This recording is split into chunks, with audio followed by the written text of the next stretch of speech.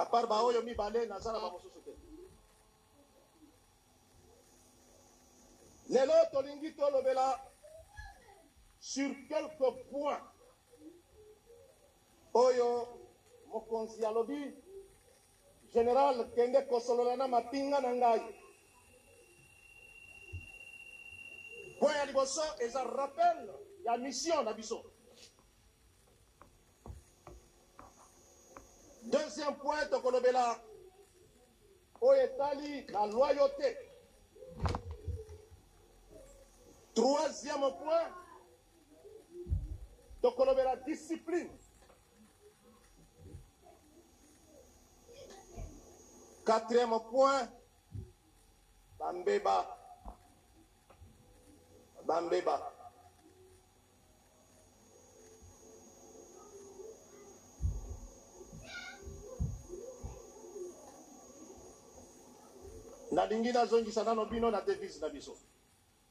Lolaka Yamvuluzi Kimbangu TV, abonnez-vous.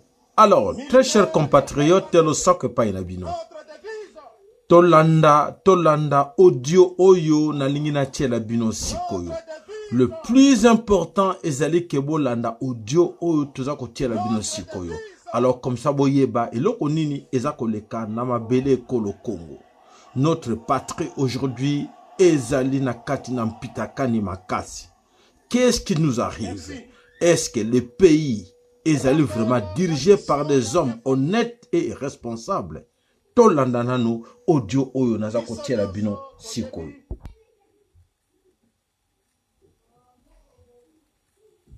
Bino opezo kopesa moral na ba tout nyonso na bana mboka nyonso ex-phase Kadogo Tigre Mampinga na biso nyonso. Message na nga lelo nazo adresser yango na General Chiwewe Songesa anti-terror. Na ogi kutuke ba eleve yo na grade ya General de Corps d'Armée ba pesio ba giseli yo pete ko mina yango minei 4 étoiles. Eza mokumba mokonzi. Ela pena mokumba charge. Na espace ya 2 ans. Ozala General de brigade ba pompe yo General Major. Lobi ba pompe yo lieutenant général lelo. Général de Corps d'Armée. En tout cas, vous avez une copie à Malonga na commandant suprême na yo Tshisekedi. Beaucoup de messages nazo adressé ezali yangoyo.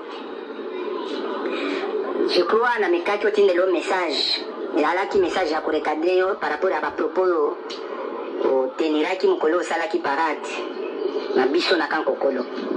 Na ebisa gyo ke toko utiliser kaka téléphone oyo za nango na maboko yango pe toko utiliser yango toko benga na yango pe toko tindela ka yo pe ba message. Yo kotanga yango. Il faut message oyo sonner yo na bisika nyonso zoko kende e bana ko raisonner yo na matoi.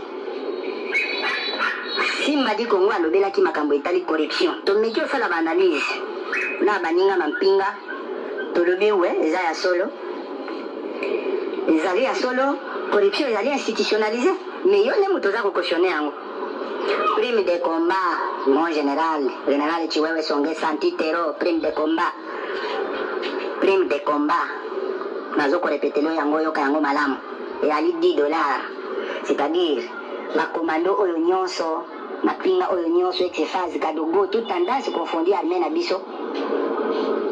Tozo kufela kana ba front kuna ezali $10. Yango de prime de combat. Puis oza na yo conscience tranquille. Toza na commandant suprême obele moko. Nende tokotosa prime de combat $10. Webi $10 wana ezali équivalence ya mbongo boni par rapport à salaire ya député. Député moko azokozwa salaire par mois ya kofuta 5 bataillons ya 500 hommes. Député moko azokozwa yango na mokolo moko. Sikoyo yo yebisa biso. Biso Mampinga. Tokozala na commandant suprême na yo wana pona aleki kitoko na bato nyonso na mokili. Ou bien tokozala na ye parce que yo olingi tozala na ye. Mon général tokola na Simba nazo koyebisa yo vérité tokola na Simba. Maloba la Simba eza koraisonner na matoi na biso. Soutien na yo mon général Chiwewe pa ya Fati. C'est là ba corruption ba mbongo ya basoda ba prime yango wana bozoko kabolaka. Yondo yebi secret na yango. Ce que ezali ebele to ezala $10 wana. Est-ce que biso soldat to kobanda ko soutenir penza makambo wana to soutenir penza moto ya lolenge wana. Ola azo kopesa na député moko mbongo ya kofuta plus ou moins 2500 militaires. Azo pesa yango na mutu moko na sanza moko. Kala bisika bokunda biso. Oza même incapable ya koyebisa commandant suprême na yo ke tosala mwa cimetière moko ya kitoko tokundaka basoda. Ngone lolenge bokundaka biso. Basoda bakufi na front botie bango na basaki ya na basaki oyo basi basombelaka matembele. Basaki oyo babengaka on ne sait jamais. Baviva basaki viva botie kore ya moboti oyo azali na mwasi na bana botie na kati ale bosali fausse commune bokundi bana yo ozoyebisa biso ke oza na commandant suprême moko yende tokotosa mon général omikosi na yo yebaka yango banda lelo biso tozali au zénith moral eza likolo makasi ndenge nayebisaki yo napesaki yo deja bamise en garde na yo nayebisaki yo ke biso tokokanga yo nde tokolia yo na kati ya église na pete nyonso tokosoutenir moto ya lolenge wana te nzambe mpe asungaka yango napesaka na memiaka mingi balégislateur na biso parce que batiaka mo article 64 wana na kati ya constitution tokosapuye na article 64 wana topesaki bino deja si bapesaki bino ultimatum biso tozokolanda nde yango wana yango naza kobenga mampinga nyonso bisika bozali Goma, Bukavu, Kalemi, Force Bendera, Buta, Bondo, Equateur, Mambenga, Kisangani kuna Kikwiti, Mbanzangungu, situ bino bana Mbanzangungu ifo boza la uzage Kibomango, bana Mura toko continue kukufa na buzoba te tokufelaka $10 prime de combat alona babitumba ya buzoba oyo bapolitisien bazaka balali balamuki bati basinye bakore na bango biso tokufaka tokendaka bavi na biso totikaka bana bana ebele na basi bango bakontinuaka kovivre alors tokosoutenir lisusu aveuglement te mot d'ordre esi epesamaki deja simba alobaki biso nyonso toyokaki nange ngati we mpe ayokaki wana nyonso eza sembla azosala daire kutu nayokaki ke alingaki aumba alingaki amata mpe po akende kosala soki mariage na France kuna mais commandant suprême naye alobi ke soki otikinga moko awa bakolianga na 24 toza ozali moral eza likolo makasi biso tozokozela ultimatum eselaki deja yalaki message nayaki kotindela général Chiwewe na mapinga nyonso tokoko continue kosoutenir na buzoba te il faut tolamuka il faut totombola bendele ya mboka totya bato oyo bakozala na susi na biso bato oyo bakogarantir avenir ya bana na biso soki tokufi Chiwewe aza moto moko onira asinya pate na moto na ye ozomonaka ndenge bagrade azomatisa yango lokola nguba bravoure moko te eloko moko te na espace ya 2 ans ata mokili mobima sezoseka bino espace ya 2 ans okomi na oyo général de corps d'armée kaka na loyenge kaka boye parce que yo ondimi na yo kosoutenir corruption ya moto na yo tokotala eza message nalingaki napesa bino bye.